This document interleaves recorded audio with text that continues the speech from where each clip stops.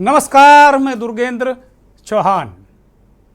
संसद के मानसून सत्र से ठीक एक दिन पहले मणिपुर में महिलाओं की नंगी परेड का वीडियो आने के बाद पूरे विश्व में एक तरीके से इस घटना को लेकर भर्त्सना और निंदा होने लगी थी और चारों तरफ यही घटना, मणिपुर का जो सच है वो इस वीडियो के जरिए सामने आया था। हालांकि उससे पूर्व तकरीबन ये वीडियो आने के करीब 76 दिन पहले से मणिपुर में हिंसा, मारकाट, मैतेई और कुकी समुदाय के बीच चल रही थी। इस बार बार विपक्ष के, खासतौर पर कांग्रेस पार्टी के कहने के बाद भी वहाँ की सरकार और केंद्र सरकार ने जिस तरीके से संजीदगी दिखानी चाहिए थी नहीं दिखाई। लेकिन संसद के मानसून सत्र के ठीक एक दिन पहले ये वीडियो आने के बाद संसद में तहलका मच गया, बवाल हो गया। मणिपुर पर चर्चा को लेकर अविश्वास प्रस्ताव तक कांग्रेस पार्टी लेकर आ गई और कहा गया कि प्रधानमंत्री को बोलना ही पड़ेगा। प्रधानमंत्री बोले भी, उसको लेकर भी अलग अलग तरीके से चीज़ें हुई।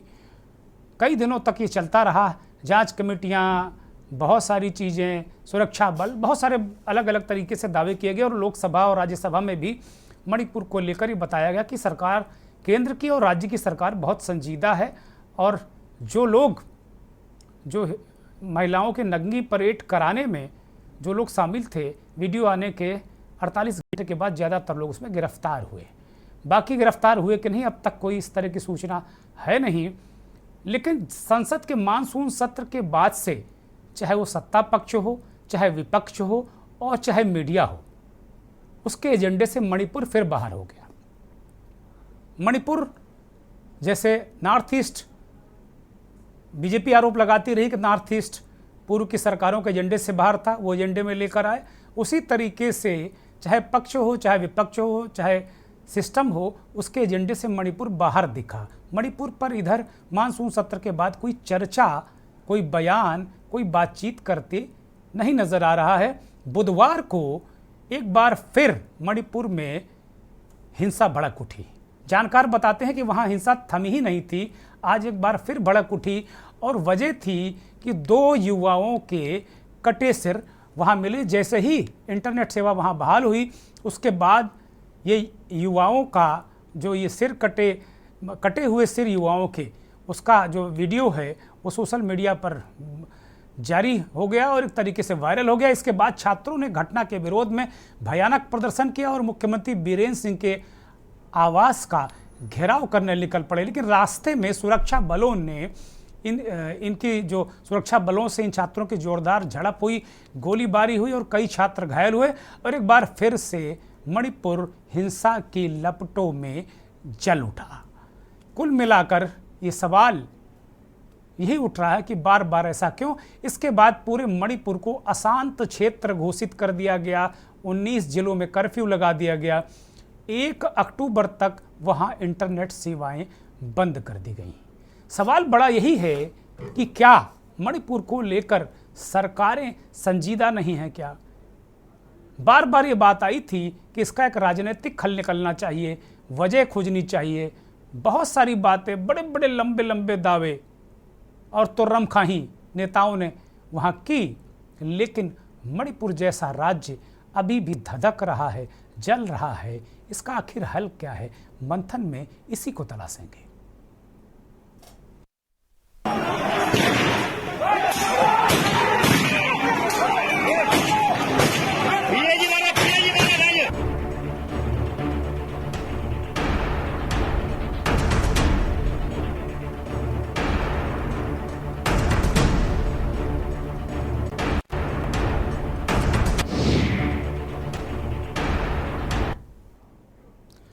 सबसे पहले वो तस्वीरें हम देख लेते हैं, अपने सहयोगी से कहें कि वो तस्वीरें दिखाएं कि बुधवार को किस तरीके से मणिपुर धधक उठा। बहुत सारे लोग सोशल मीडिया पर ये वीडियो डालकर ये कहते नजर आए कि ये सोमालिया या युगांडा या इस तरह के देश, हिंसाग्रस्त देश नहीं हैं, ये अपने ही देश के एक राज्य मणिपुर का वीडियो हो। वो तस्वीरें बहुत ही भयानक तस्वीरें आपके टीवी स्क्रीन पर हैं और इन को चोटें लगी, तमाम लोग पुलिस की लाठी और गोलियों से घायल हुए। इंडिजिनस 2 स्टूडेंट्स के शव की फ़ोटो सामने आई। मतलब इतने दिनों के लगभग 4 महीने के अंतराल के बाद जब बीती 23 सितंबर को इंटरनेट का जो बैन हटा, उसके बाद ये तस्वीरें सामने आई। पता नहीं, ये हम लोग लगातार आशंका जता रहे थे कि जब भी इंटरनेट से बैन हटेगा तो तमाम ऐसे बीभत्स तस्वीरें आएंगी, जिस तरह की तस्वीरें महिलाओं की नंगी परेड, रेप, गैंग रेप और उनके कुंभलांगों से छेड़छाड़ की जो तस्वीरें पहले हम देख चुके हैं, उन तस्वीरों से विभत्स तस्वीरें आने की आशंका थी और ये तस्वीरें अब आने लगी हैं। 23 तारीख को इंटरनेट बहाल हुआ और उसके बाद 24 तारीख से ये वायरल हो रही हैं और उसके बाद से ही प्रदर्शन शुरू हो गया। लगातार दूसरा तीसरा दिन है जो प्रदर्शन कर रहे हैं, गोलीबारी और पुलिस से लगातार भिड़ंत हो रही है। फोटो में दोनों छात्रों का जो पार्थिव शरीर है वो जमीन पर पड़ा हुआ नजर आ रहा है, साथ ही लड़के का सिर कटा हुआ है। हालांकि दोनों के सब अभी तक बाकी जो हिस्सा वो मिला नहीं है। जुलाई में दोनों स्टूडेंट्स का एक दुकान में लगे सीसीटीवी कैमरे में ये दोनों स्टूडेंट्स जुलाई में नज़र आए थे। अब इतना वक्त बीत जाने के बाद उनका कोई पता नहीं चला था। तो कुल मिलाकर इम्फाल शहर में 26 सितंबर से लगातार ये जो बवाल चल रहा है, 2 दिन हो गए हैं। इसमें एक टीचर सहित तकरीबन 54 छात्र घायल हुए हैं और जो हमने बताया कि जुलाई से लापता ये छात्र हैं, इनके जो कटे हुए सर नज़र आने के बाद सोशल मीडिया पर एक तरीके से लोग भड़क उठे, बवाल हो गया। राज्य सरकार ने अक्टूबर तक बैन लगा दिया है कि अक्टूबर तक वहाँ किसी प्रकार का इंटरनेट सेवाएं नहीं रहेंगी। मणिपुर को हिंसाग्रस्त क्षेत्र घोषित कर दिया गया है और कुल मिलाकर बहुत सारी चीज़ें सामने आई हैं। कांग्रेस के नेता और राज्यसभा में कांग्रेस के अध्यक्ष और राज्यसभा में नेता प्रतिपक्ष मल्लिकार्जुन खड़गे ने बुधवार को मणिपुर हिंसा को लेकर प्रधानमंत्री नरेंद्र मोदी की आलोचना की और उनसे बीजेपी के अक्षम मुख्यमंत्री को बर्खास्त करने का आग्रह भी किया। खड़गे ने कहा कि 147 दिनों से मणिपुर के लोग हिंसा और भय के बीच जी रहे हैं, लेकिन पीएम मोदी के पास राज्य का दौरा करने के लिए समय नहीं है। वो चुनावी दौरे कर रहे हैं, वो रैलियां कर रहे हैं, वो कांग्रेस को अर्बन नक्सली बता रहे हैं, लेकिन मणिपुर नहीं जा रहे हैं। इस हिंसा में छात्रों को निशाना बनाए जाने की भयावह तस्वीरों ने एक बार फिर से पूरे देश को झकझोर दिया है। अब ये स्पष्ट है कि हिंसा के खिलाफ इस संघर्ष में महिलाओं और बच्चों को हथियार बनाया जा रहा है, ये खड़गे साहब ने कहा है। खूबसूरत राज्य मणिपुर को युद्ध के मैदान में बदल दिया गया है, ये सब बीजेपी के कारण है। अब वक्त आ गया है कि प्रधानमंत्री वहाँ जो मणिपुर के मुख्यमंत्री हैं एन वीरेन सिंह, उन्हें बर्खास्त करें। अब कोई ऐसा कारण नहीं है कि उनको बर्खास्त ना किया जाए। कांग्रेस की नेता प्रियंका गांधी ने कहा कि मणिपुर में बच्चे जाति हिंसा के सबसे कमज़ोर शिकार हैं, ये हमारा कर्तव्य है कि हम उनकी रक्षा के लिए हर संभव कोशिश करें। मणिपुर में हो रहे अपराध शब्दों से परे हैं, फिर भी राज्य में अपराधों को बिना किसी रोक टोक के जारी अंजाम दिया जा रहा है, जारी रहने दिया जा रहा है। केंद्र को अपनी निष्क्रियता पर शर्म आनी चाहिए, प्रियंका गांधी कह रही हैं। गृह मंत्री अमित शाह को 24 विधायकों ने अपने दस्तखत करके एक पत्र भेजा है। मणिपुर के विधायक हैं, जिसमें उन्होंने दोनों स्टूडेंट्स की हत्या के आरोपी को सीबीआई द्वारा जल्द से जल्द पकड़ने की मांग की है। सूत्रों के मुताबिक मणिपुर में पिछले 4 महीने से चल रही जाति हिंसा में अब तक 175 लोग मारे गए हैं, 1100 से अधिक लोग घायल हुए हैं। इतना ही नहीं, तकरीबन 5,500 आगजनी के केस आए हैं और 5,000 घरों को लगभग और 386 धार्मिक स्थलों को तोड़फोड़ नुकसान पहुंचाने की भी खबरें हैं। मणिपुर में अब तक 65,000 से अधिक लोग पलायन कर चुके हैं, अपना घर बार छोड़ चुके हैं। 6,000 मामले दर्ज हुए हैं, 144 लोगों की ही महज गिरफ्तारी हुई है। राज्य में 36,000 सुरक्षाकर्मी, माफ़ कीजिएगा 36,000 सुरक्षाकर्मी और 40 आईपीएस अफसर तैनात किए गए हैं। पहाड़ी और घाटी दोनों जिलों में मिलाकर 129 चौकियाँ स्थापित की गई हैं। मणिपुर में ताज़ा खबर है कि AFSPA अभी 6 महीने के लिए और बढ़ा दिया गया है। सरकार ने इसे 30 सितंबर को हटाने की घोषणा की थी, लेकिन हालात के मद्देनज़र अब ये फैसला सरकार ने बदल दिया है। 19 थाना क्षेत्रों को छोड़कर पूरे राज्य को अशांत घोषित कर दिया गया है। जिन 19 थाना क्षेत्रों को AFSPA से अलग रखा गया है, उनमें इम्फाल, लेम्फेल सिटी, सिंघमई, सेकमई, लामसांग, पत्सोई, वांगोई जैसे इलाके, विष्णुपुर भी है, नामबोल भी है, इस तरह के इलाके हैं। इस बीच राज्य को लेकर जिस तरीके से सरकार का रवैया है, उसको लेकर विपक्ष लगातार निशाने पर रख रहा है और कुल मिलाकर अगर देखा जाए तो ये स्थितियां, परिस्थितियां बहुत ही गंभीर हो चुकी हैं। आज भी इतनी खबरें आने के बाद मैंने देखा कि मुख्यधारा मीडिया में मणिपुर की खबर और मणिपुर की चर्चा तक नहीं है। लोग चर्चा कर रहे हैं कि ठाकुर का कुआं और बांभन का तालाब, इस पर चर्चा मीडिया कर रहा है कि भाई ठाकुर का कुआं आरजेडी के नेता ने क्यों कह दिया, आरजेडी में फूट पड़ गई, फला दल में फूट पड़ गई। ये मुद्दे हैं मीडिया के। मणिपुर आज भी किसी भी मुख्य धारा के मीडिया का मुद्दा मुझे नज़र नहीं आया। अगर किसी ने किया हो तो उसको एक अच्छा काम है कम से कम इस विषय को उठाना, उसको बधाई। गौरव गोगोई कांग्रेस के सांसद असम से, उत्तर पूर्व से आते हैं। उन्होंने कांग्रेस का पक्ष इस पूरे मसले पर रखा, वो सुनना बहुत ही महत्वपूर्ण है।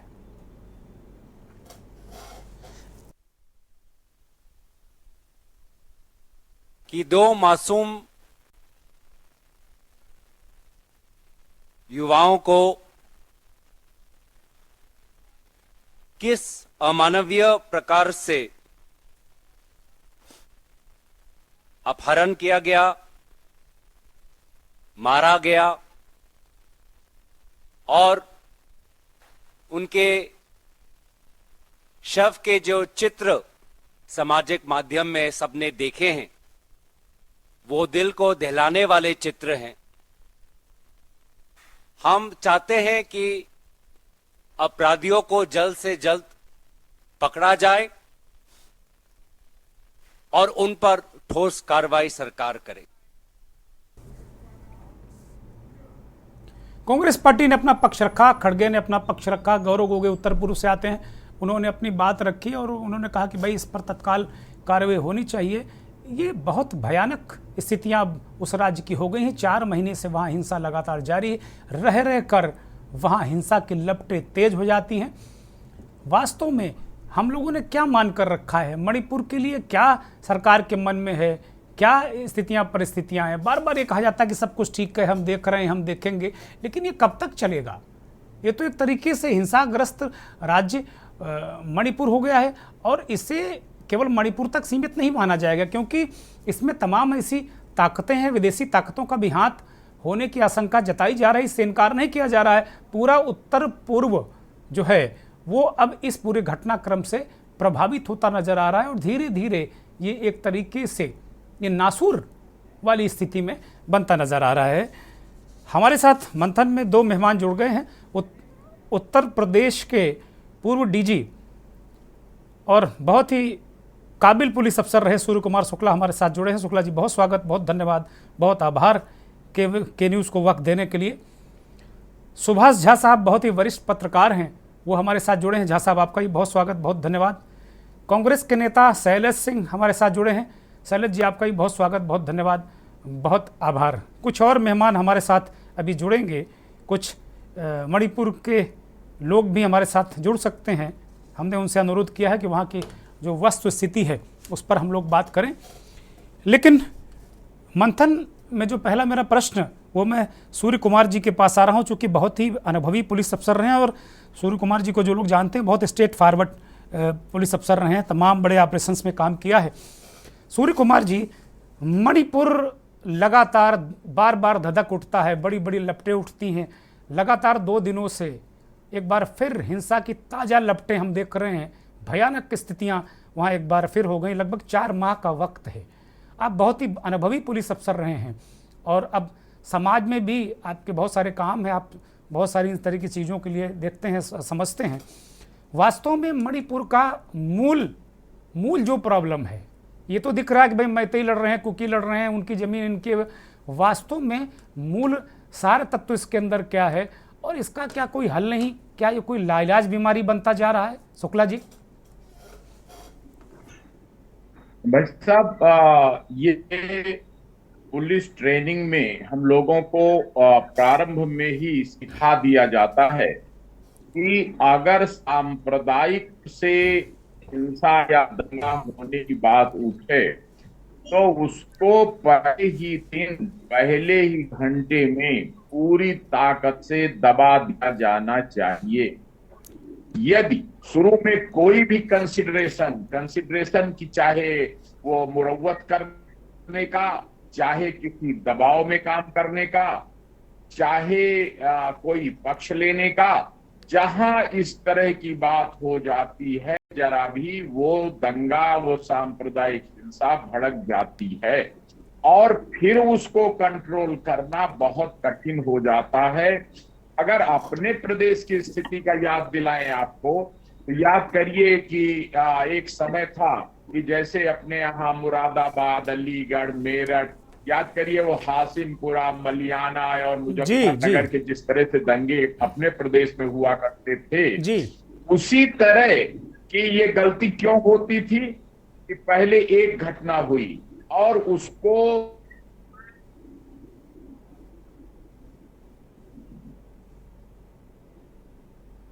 मुझे लगता है कि शुक्ला जी का कुछ नेटवर्क में व्यवधान है। हम और जो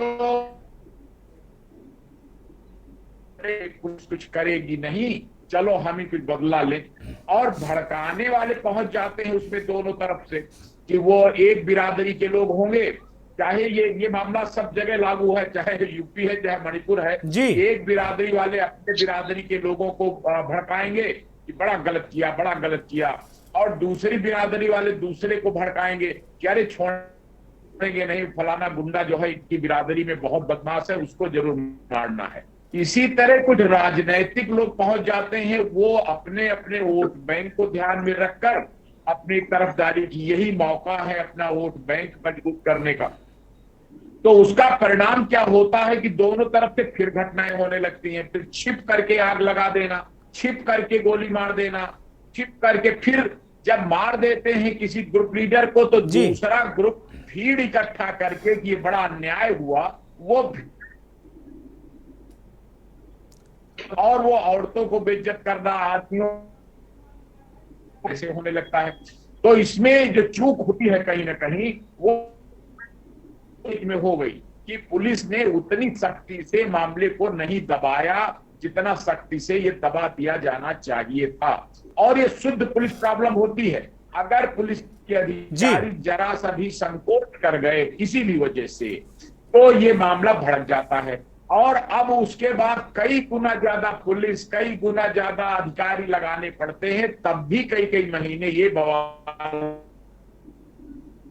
तो अभी भी इसमें जरूरत है कि जितने ग्रुप लीडर हैं उनको सबको तुरंत डिटेन किया जाए और तुरंत फौरी अदालतें गठित की जाएं जो ऑन द स्पॉट उस कस्बे में, उस शहर में बैठकर दोनों पक्षों को डिटेन करें, उनकी बात सुनकर उनको वाजिब सजा दें, ताकि लगे कि न्याय की स्थापना होगी।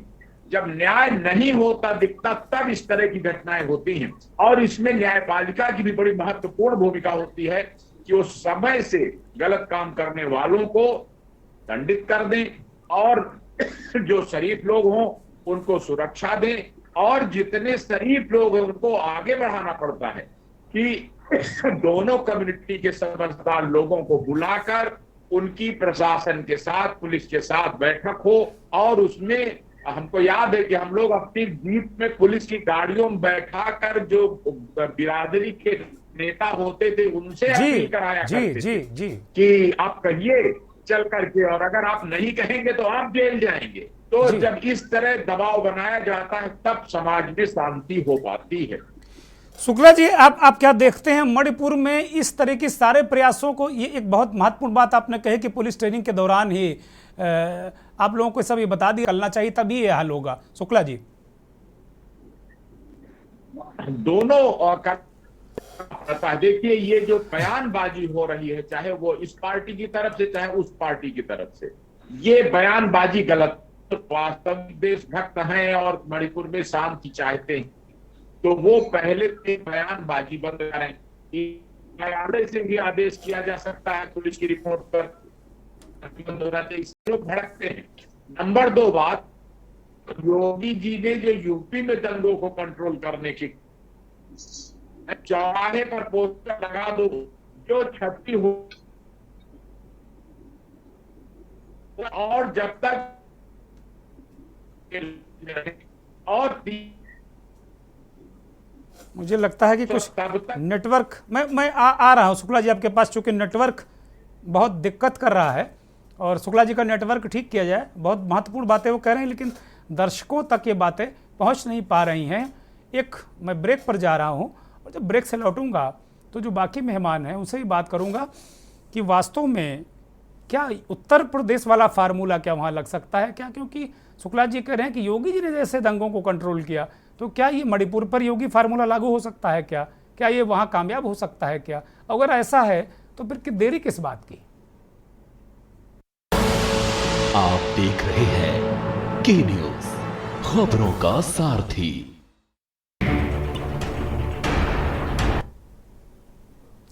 हिंसा की लपेट में आया मणिपुर 4 महीने से हिंसा का दंश झेल रहा है और एक बार फिर बहुत ऊंची ऊंची लपटें, ताज़ा लपटें एक बार फिर 2 दिनों से उठी हैं।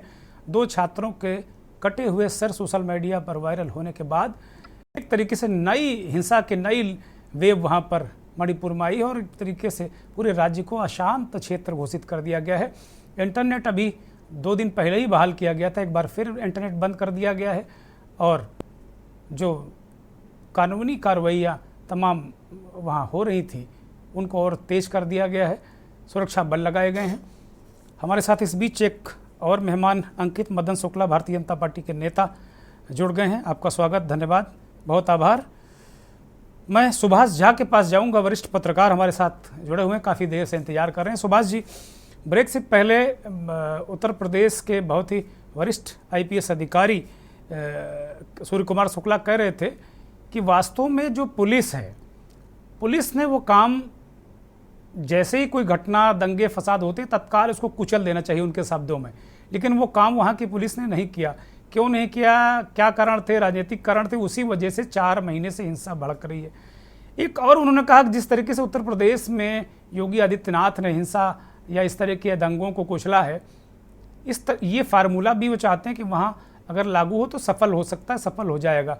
लेकिन आपको ओवरऑल क्या स्थितियाँ लगती हैं और बहुत ही दर्दनाक परिस्थितियाँ आप सामने आ रही हैं। 4 महीने से हिंसा जारी है, सब अभी संसद के मानसून सत्र में बहुत चिंता लोगों को थी, पक्ष को भी विपक्ष को, अचानक सब भूल गए कि मणिपुर भी इस देश का हिस्सा है। सुभाष जी, देखिए, सबसे पहली बात तो ये है कि आपको बहुत बहुत धन्यवाद कि जहां मीडिया लगी हुई है ठाकुर भवन में, वहां आप मणिपुर पर आपका ध्यान गया। सबसे बड़ी बात यह है कि सरकार का और प्रशासन का जो इकबाल होता है, शासन चलता है इकबाल से जी, और इकबाल के प्रति अगर ईमानदारी शासन की नहीं होगी, सत्ता की नहीं होगी, तो फिर वो इकबाल नहीं चलेगा।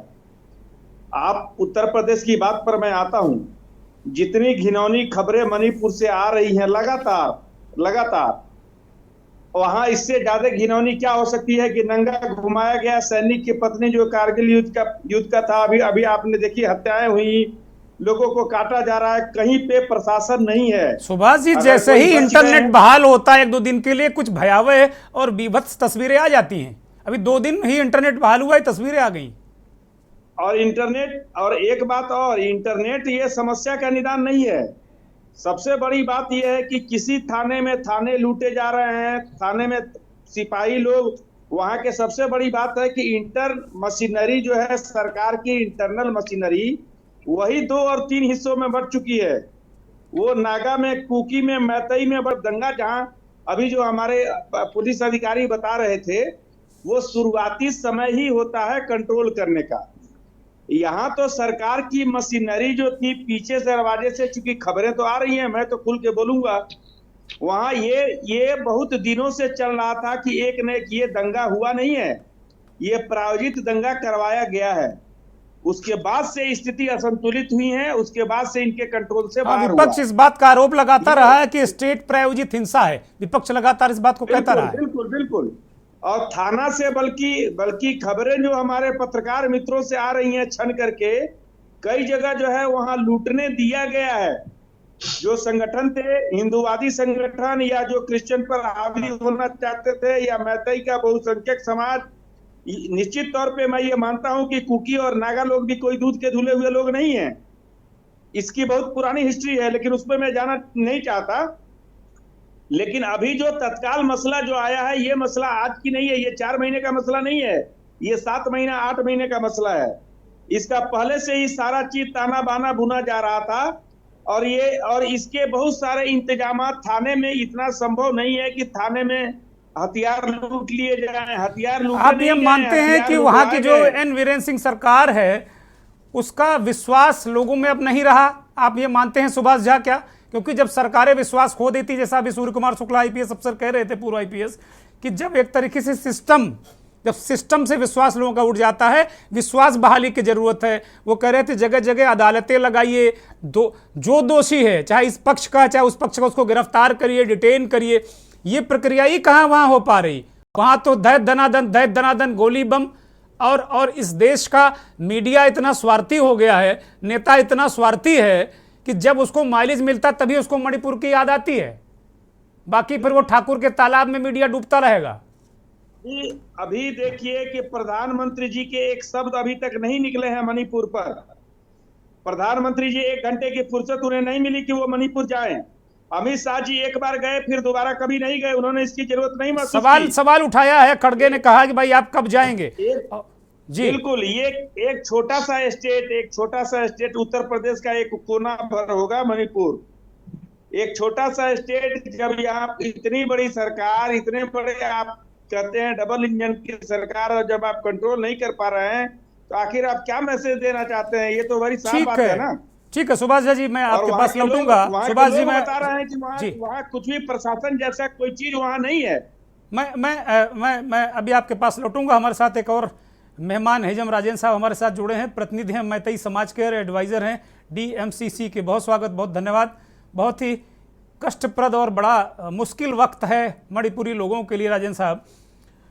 वास्तव में जो ताज़ा घटनाक्रम है, या आपको क्या सूचनाएं हैं वहाँ के बारे में? क्या हिंसा बीच में रुकी, नहीं रुकी? जो सरकारी प्रयास थे, क्या उनसे कुछ काम बना, या ये नेता, ये जो बड़े बड़े लोग हैं, ये केवल लफाजी कर रहे हैं? हिजन साहब जी नमस्कार। नमस्कार। आपने मेरे को आपके चैनल में हमें इनवाइट किया गया, तो उसके लिए धन्यवाद। क्योंकि मणिपुर एक छोटा सा राज्य है उत्तर पूर्वी भारत में, इसकी कोई भी समाचार जो है दिल्ली और नॉर्थ इंडिया या काउबेल में नहीं पहुंच पाता है, इसके लिए आपको धन्यवाद।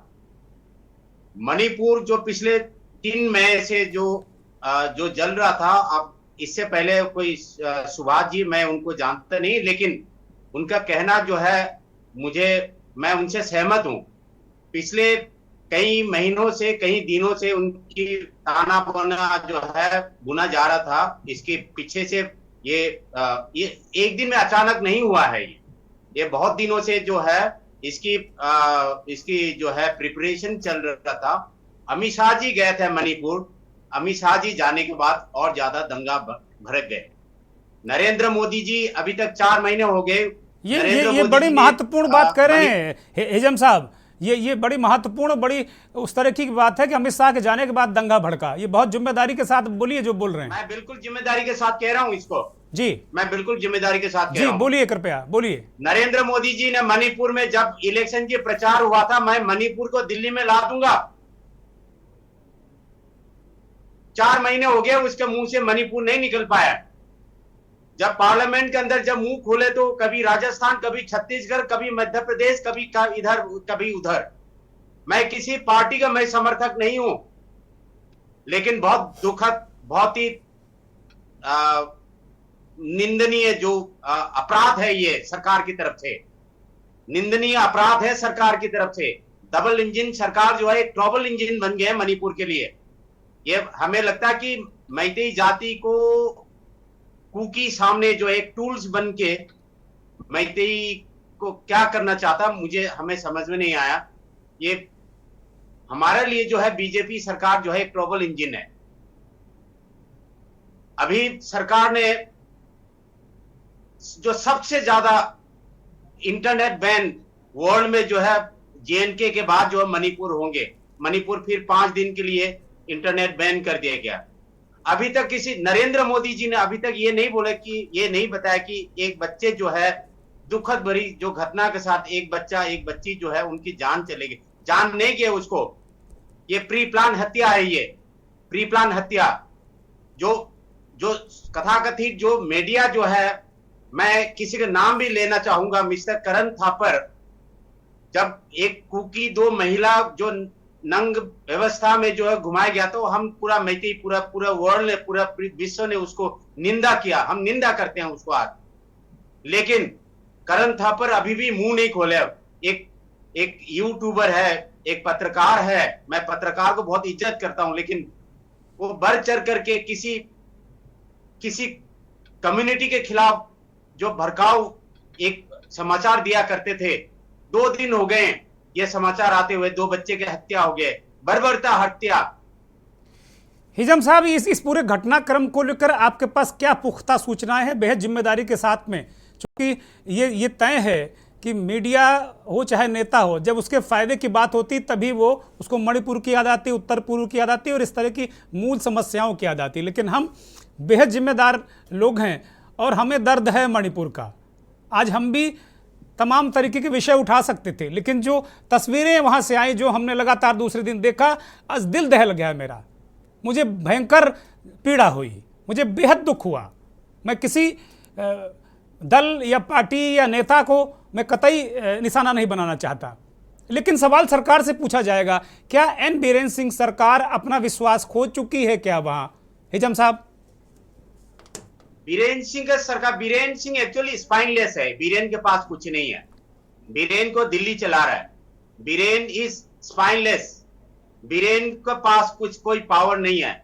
इवन 3 मई को जब दंगा हुआ था, इसमें कुकी समुदाय के डीजीपी रहा करते थे, उसके बाद उसको हटा दिया गया। मैं किसी समुदाय की मतलब पक्ष में नहीं बोलूंगा। जो दंगा हुआ है एक जाति या एक उसके बारे में नहीं कहूंगा, लेकिन सरकार आज के दिन पर जो है ये भी सत्य है, ये भी सत्य है हिजम साहब, ये भी सत्य है कि वहां की पुलिस, वहां का सुरक्षा बल जाति जो कुनबे हैं उनमें बढ़ चुका है। क्या ये सत्य नहीं है क्या? बिल्कुल सत्य है, ये ऐसे नहीं होना चाहिए। ये मणिपुर भारत का अभिन्न अंग है। इसमें मैतेई पुलिस और कुकी पुलिस इस तरीके का जो है 2 भागों में बढ़ चुका है। मणिपुर पुलिस जो मैतेई पुलिस जो है सिर्फ म्युनिसिपैलिटी कॉर्पोरेशन के एरिया में उनकी पावर है। हिल एरिया में जाने से वो डरते हैं, उनकी जो है हथियार कांपता है, वो अपनी पांव कांपते हैं हिल की तरफ, पहाड़ की तरफ जाने में। सिर्फ जो प्लेन की जो एरिया है 2, 3, 4 डिस्ट्रिक्ट है, उन्हीं में उनकी पावर है। आप देखिए जो कल करीब 50 से लेकर के 60 बच्चे इंजर्ड हुआ है हॉस्पिटल में। अब आज की जो घटना आप देखोगे, आपको आंखों से आंसू आएगा। ये अब एक बच्चे का तो ये हाथ जो है पुलिस ने गोली चलाई है। किसके हुक्म से गोली चलाई है? देखा है मैंने, बहुत पीड़ा हुई है मुझे, इसीलिए मैं इस पर चर्चा कर रहा हूँ, बात करना चाहता हूँ इसी पे। अब भारत में है या कहां पर हो? अब अपने आदमियों के ऊपर गोली चलाओगे? अब अगर उनसे सवाल पूछेंगे हिजम साहब, अगर बीजेपी के लोगों से सवाल पूछेंगे तो वो कहेंगे इंदिरा गांधी ने बम बरसा दिए थे तो हम भी गोली चलाएंगे। इस तरीके के कुतर्क करेंगे वो। आज नरेंद्र मोदी और बीजेपी के सरकार, वो कहेंगे इंदिरा गांधी ने बम गिराए थे, हम गोली चलाएंगे। वो जस्टिफाई करेंगे कि इंदिरा गांधी ने बम चलाए थे, नेहरू ने तोप चलाई थी, इस पर वो आ जाएंगे। आज मौजूदा उस पर बात नहीं करेंगे। नहीं, हमें जो इतिहास में जाने से कोई जरूरत नहीं है, हमें इतिहास नहीं चाहिए, इतिहास सिखाओ मत। ठीक है, आप बने रहिए हमारे साथ में। हमारे साथ बीजेपी के नेता अंकित मदन शुक्ला भी जुड़े हैं। शुक्ला जी, मैं आपके पास आ रहा हूं।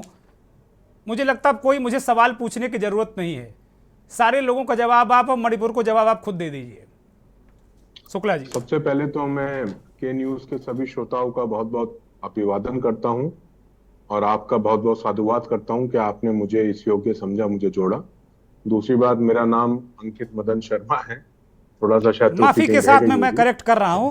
शर्मा जी, माफी के साथ में, क्योंकि मुझे यही इनपुट दिया गया। मैं अपने राजन साहब, सुभाष झा साहब और इससे पहले शुक्ला जी जुड़े हुए थे, पूर्व डीजीपी उत्तर प्रदेश। मैं सभी की भावनाओं का पूर्ण समर्थन और बहुत बहुत उनको साधुवाद करता हूं कि उनके यहाँ जो हालात हैं, जो उनका दर्द है, वो बयां कर रहे हैं। लेकिन मैं बहुत निवेदन ये करना चाहता हूं, विनम्र निवेदन, कि भाजपा सरकार ने नॉर्थ ईस्ट में या केंद्र सरकार ने जो जो एक्शन लिए हैं इस दंगे के बाद, उस पे भी हमें थोड़ी रोशनी डालनी चाहिए। जैसे कि मैं बताना चाहूंगा कि 3 मई को जैसे ये बात कि नॉर्थ ईस्ट हमारे सेंसिटिव स्टेट शुरू से रहे हैं, कोई आज की घटना नहीं है, जी शुरू से ही आजादी के बाद से बहुत सेंसिटिव स्टेट रहे हैं। तो जैसे ये जानकारी गृह मंत्रालय तक पहुंची थी, तो 3 मई को आदरणीय अमित शाह जी ने 124 बटालियन सीआरपीएफ की, भारतीय सेना, ड्रोन, हेलीकॉप्टर, सब कुछ वहां पे लगा दिए थे। उसके बाद थोड़ा सा हमें ये समझने की आवश्यकता है कि ये हुआ क्यों। देखिए, वहां पे नागा समाज, कुकी समाज, मैथई समाज ये प्रमुख तौर पे रहते हैं। दूसरी बात यह है कि अफीम की वहां पे खेती होती है, और अफीम की और अन्य जितने भी ड्रग्स हैं, इनकी खेती ऊपरी क्षेत्रों में, पहाड़ी क्षेत्रों में ज्यादा होती है। मुझे ऐसा लगता है, ये मेरी अपनी धारणा है, सोच है, कि पार्टी ने जो पहाड़ी लोग वहां पे रहते हैं और जो तस्करी करते हैं, चाहे वहां से बर्मा, म्यांमार, मलेशिया, जहां भी करते हैं, उनको एक मौका मिल गया कि 2 समुदाय के लोगों को कैसे बढ़ा सकते हैं। क्योंकि हाईकोर्ट ने जब इस पे सरकार को कहा कि इस पे फैसला लीजिए, इनको एसटी में लाइए, तो कहीं ना कहीं मैं समझता हूँ करोड़ों अरबों के कारोबार पे उन माफियाओं को लगा कि अब हम इन दोनों समुदाय को अगर भिड़ा देते हैं तो शायद हम लोग डिवाइड एंड रूल कर पाएंगे।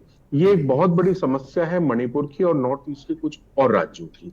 इसके साथ साथ जो मैं समझता हूं जो वहां पे हुआ, आज की जो स्थिति है, दोनों ही समुदाय दोबारा से नॉर्मलाइजेशन की तरफ है। अगर आज ही आप देखें तो बड़े अनेकों न्यूज चैनलों में यह है कि पिछले 1.5 महीने से कोई भी फायरिंग, कोई भी किसी तरह का तनाव मणिपुर में नहीं हुआ है। ये सीएम बीरेन सिंह का बयान है, आज ही का हालिया बयान है। और दूसरी बेहद जो मैं इंपॉर्टेंट बात समझता हूं कि नॉर्थ ईस्ट ना तो कभी भारत का अंग हमेशा जैसे था वैसे ही रहेगा, अभिन्न अंग है। लेकिन क्योंकि पिछली सरकारों ने उसको थोड़ा सा, मैं किसी को ब्लेम नहीं कर रहा हूं, मैं पिछली सरकारों को ब्लेम नहीं कर रहा हूं, लेकिन पिछली सरकारों ने जिस तरीके से नॉर्थ ईस्ट को देखना चाहिए था, क्योंकि देखिए तरक्की करते करते ही देश बनता है, तो पिछले 60 सालों में, 55 सालों में जिन दलों की सरकार रही, अगर नॉर्थ ईस्ट को थोड़ा सा और प्रेम भाव से देख लेते, और ज्यादा छोटा बड़ा कोई नहीं होता। एक व्यक्तित्व आया कि यूपी का एक हिस्सा, उत्तराखंड का एक हिस्सा है, ये सब, इन बातों से मैं बिल्कुल भी एग्री नहीं हूं। हर प्रदेश, चाहे वहां की जनसंख्या 1 लाख हो, 1 करोड़ हो या 1 अरब हो, वो भारत का अभिन्न अंग है। नॉर्थ ईस्ट भारत का अभिन्न अंग था, है और रहेगा। हमने जब 2014 में मोदी सरकार, हमारी सरकार जब शासन में आई, तो उसके बाद मैं आपको शायद आपको ये मालूम भी हो कि अब तक के आजादी के बाद सबसे ज्यादा अगर किसी ने नॉर्थ ईस्ट का भ्रमण किया है तो वो हमारे प्रधानमंत्री नरेंद्र मोदी जी रहे हैं। और उसके बाद, जी माने जी, उसके बाद अगर अमित शाह जी वहां जाकर के और 3 मई को ये सारा एक्शन लेते हैं, और उसके बाद फिर वो 29 मई से 1 जून तक वहां रहते हैं और सारी चीजों को कवर करने की कोशिश करते हैं, परिणाम स्वरूप आज 2 महीने बाद वहां शांति व्यवस्था बहाल हो गई है। तो कहीं ना कहीं हमें यह भी देखना पड़ेगा कि एक तरफा बातें ना हो, दोनों तरफों की बात सुने और उसके बाद ही वहां की जनता फैसला ले। ठीक बात है, बड़ी महत्वपूर्ण बात अंकित जी ने कही। शैलज, आपके पास आ रहा हूँ। वो कह रहे हैं कि जो पूर्व की सरकारें 60-65 साल, 55 साल जो भी आप लोगों ने राज किया, तो कह रहे हैं एक तो आपने प्रेम भाव नहीं देखा, दूसरा प्रधानमंत्री भारत के नरेंद्र मोदी नॉर्थ ईस्ट का दौरा सर्वाधिक करने वाले इस देश के ऐतिहासिक प्रधानमंत्री हैं, ठीक है। और जो मूल समस्या है कि भाई वो कह रहे हैं कि 1.5 महीने से शांति थी, ये 3 विषय उन्होंने रखे हैं। आप अपना इस पर आप अपनी टिप्पणी कर सकते हैं, अपनी बात रख सकते हैं। शैलज जी। सभी को नमस्कार। नमस्कार। जैसा कि शर्मा जी और पूर्व के वक्ताओं ने बताया, शर्मा जी अभी तक फिलहाल के न्यूज से अपडेट नहीं है, मणिपुर एक अशांत राज्य घोषित कर दिया गया। पिछले कुछ दिनों में वहां बच्चों पे हमला हुआ जो पुलिस के द्वारा किया गया और बर्बरतापूर्ण हमला किया गया। वो क्षेत्र शांति बहाल हो गई, ऐसा शर्मा जी कैसे अपडेट दे सकते हैं? आज की न्यूज देख लीजिए, मैं आपसे निवेदन करूंगा। प्रधानमंत्री का एक ही, बीजेपी का पूरा राग एक ही अलापते हैं कि पूर्व की सरकारों ने कुछ नहीं किया। भाई पूर्व की सरकारों ने कुछ नहीं किया तो मणिपुर भारत का अंग कैसे बन गया? मणिपुर पूरी तरह से 65 सालों में शांति बहाल था। इनके सरकार आते ही 10 सालों में जाके मणिपुर अशांत हो गया। अशांति भी इतनी कि औरतों को नंगा घुमाया जाता है, अशांति इतनी कि बच्चों को पुलिस गोली मारती है, इतनी बर्बरता दिखा रही है। हथियार मैतई समाज के लिए अहिंसा की बात करेंगे तो फिर 65 साल का बहुत लंबा सफर है। हथियार लूटने के बाद, शर्मा जी मैंने आपके वक्तव्य को बहुत शांति से सुना। धैर्य रखिए शर्मा जी, सुन लीजिए सरकार ने जब अच्छे कार्य किए तभी मणिपुर आज शांति से व्यतीत हो रहा था, मणिपुर में शांति बहाल थी। पिछले 5 वर्षों में मणिपुर में ऐसा क्या हो गया जो मणिपुर इतना अशांत हो गया? आज अगर राज्य सरकार और केंद्र सरकार चाहे तो 2 दिन में मणिपुर शांत हो सकता है। पूर्व डीजीपी ने कहा ही कि भाई 2 दिनों में यह मामला शांत हो सकता है। सेना के हवाले अगर मणिपुर कर दिया जाए, स्थानीय पुलिस से नहीं संभल रहा है, क्योंकि स्थानीय पुलिस 2 समुदायों में बढ़ चुकी है, कुकी और मैतई समाज में बढ़ चुकी है। वो अब पुलिस नहीं रह गई, मणिपुर की सरकार की पुलिस नहीं रह गई, वो समाजों में बढ़ चुकी है, वो समुदायों में बढ़ चुकी है, वो खुद से एक आतंक का स्वरूप ले चुकी है। जिस तरह से बच्चे पे गोली चलाया गया वो एक पुलिसिया कार्रवाई नहीं हो सकती है। शैलेश जी, आप लोग भी इंतजार किया करते हैं, कोई तस्वीर आए, कोई वीडियो आए तभी आपका भी मुंह खुलता है। इतने दिनों से मानसून सत्र के बाद आपके नेता भी मुंह बंद किए हुए थे, टेप लगाए थे मणिपुर पर, उनको भी अपनी राजनीति नजर आ रही थी। जब से मानसून सत्र खत्म हुआ, किसी भी नेता, चाहे पक्ष हो चाहे विपक्ष हो, किसी के मुंह से मणिपुर नहीं निकला। और आज मणिपुर अशांत क्षेत्र घोषित कर दिया गया। वहां अभी इंटरनेट 3-4 दिन पहले शुरू किया गया, फिर बंद कर दिया गया। मणिपुर के साथी हेजम राजेंद्र साहब जुड़े हुए हैं, वो कह रहे हैं कि भाई जम्मू कश्मीर के बाद मणिपुर दूसरा राज्य जहां सर्वाधिक इंटरनेट बैन है, अशांत क्षेत्र घोषित हो गया, सब हो गया, और उसके बाद भी अब आप लोगों को भी बहुत देर से याद आ रही। शैलेश सिंह, नहीं, हम लोग तो बार बार बात उठाते रहे हैं, संसद में भी बात उठाई है, संसद के बाहर भी बात उठाई है, सड़कों पे भी बात उठाई है। मणिपुर की जनता के साथ सहानुभूति है, हमारे लोगों की सहानुभूति है, और इसके लिए हम लोग सड़क पर उतरे, सड़क पर पुतला दहन किया, सरकार का ध्यान आकृष्ट करने की कोशिश की गई। परंतु इस सरकार में चूंकि मणिपुर बहुत कम जनसंख्या वाला क्षेत्र है, वोट का आंकड़ा इनके साथ में नहीं बैठता है, सीटों का संसदीय क्षेत्र बहुत, 1 सीट आता है मणिपुर में, इसलिए इनका कहीं भी ध्यान मणिपुर की जनता के पीछे नहीं है। जनता मर रही है, उनका कोई ध्यान नहीं है। इन्हें सिर्फ समुदायों में बांटने की प्रक्रिया तय कर ली है मणिपुर को, और अशांत कर दिया गया है। आज अगर एक पुलिस या बर्बरता कार्रवाई किसी बच्चे पे होती है, कितनी दर्दनाक वीडियो सामने आती है, और जाकर के लोग ये कहते हैं कि 65 सालों में कुछ नहीं हुआ। अगर 65 सालों में कुछ नहीं हुआ तो फिर मणिपुर शांत कैसे था? शैलेश सिंह में आ रहा हूँ। अंकित मदन शर्मा कुछ कहना चाहते हैं। शर्मा जी, आप अपनी बात रखिएगा, लेकिन मेरा भी एक प्रश्न है, जब इतना ही शांत था जो मुख्यमंत्री जी आपके कह रहे हैं, तो फिर आज पूरा राज्य अशांत क्यों घोषित कर दिया गया? ये भी बड़ा प्रश्न है। बिल्कुल भयानक अशांत, 1.5 महीने से शांत और 1 दिन में अशांत। ये तो बहुत अजब बात है, गजब बात है। और जो आप कह रहे हैं कि प्रधानमंत्री जी गए, प्रधानमंत्री जी का साधुवाद मणिपुर की तरफ से, मैं बहुत आभार उनका व्यक्त करता हूं नॉर्थ ईस्ट की तरफ से कि वो इतने बार जाने वाले भारत के इकलौते प्रधानमंत्री हैं। इन 4 महीनों में एक बार वो क्यों नहीं गए? ये भी प्रश्न पूरी देश की जनता और मणिपुरी लोग पूछ रहे हैं। जरा इन 2 चीजों का जवाब भी दे दीजिएगा अंकित मदन शर्मा जी। जी जरूर जरूर, बहुत अच्छा आपने प्रश्न किया। देखिए, मैं इसमें 2 बात कहूंगा। देखिए, राजनीति अगर करनी है तो किसी विषय पे भी आप कर सकते हैं। राजनीति अगर करनी है तो फिर ठीक है, बहस का मुद्दा बहुत लंबा हो सकता है। ये जो I.N.D.I.A है, जिसे इंडिया का नाम दिया गया है, ये अपनी एक बहुत ही छोटी मानसिकता की राजनीति करने पे उतारू है, और ये नहीं समझ पा रहे हैं कि जिन जिन प्रदेशों में इन्होंने गठबंधन किए हैं, जिन जिन सरकारों से गठबंधन किए हैं, भाई उनको तो मणिपुर खुद की इनसे मत बातें देने। हो रही है शर्मा जी, मणिपुर की बातें हो रही हैं। जी मैं मणिपुर पे आ रहा हूँ भाई साहब, मैं मणिपुर पे आ रहा हूँ। शर्मा जी घुमा रहे हैं, प्रधानमंत्री का जवाब नहीं देंगे कि 4 महीने वो क्यों नहीं गए। आप मुझे, अच्छा ठीक है, मुझे कोई भी यहाँ के हमारे सारे सम्मानित साथी बैठे हैं, कोई भी ये बता दे कि आदरणीय प्रधानमंत्री से ज्यादा नॉर्थ ईस्ट का दौरा आज तक किसी भी भारतीय प्रधानमंत्री ने किया। अरे माना भैया, शर्मा जी माना, सर माथे पर, इसीलिए उनको पूरी दुनिया ने सर माथे पर बैठाया है, क्योंकि वो अद्भुत प्रधानमंत्री हैं। लेकिन 4 महीने में नहीं गए, अभी इतनी हिंसा हो रही, उस पर कोई सीधा साधा जवाब नहीं। और संसद में जब प्रधानमंत्री जी बोले तो उन्होंने कहा कि हाई कोर्ट के एक आदेश ने, बाकी सब आपको पता ही है, मैंने उस लाइव डिबेट को बाकायदे विधिवत सुना था सदन के अंदर, कि वो भी ठीकरा कोर्ट पर, असफलता पुलिस की, सरकार की, और ठीकरा कोर्ट पर। भारत के प्रधानमंत्री के अलावा क्या गृह मंत्री नहीं गए? क्या भारत के जाने के बाद ही दंगा भड़का है वहां पर?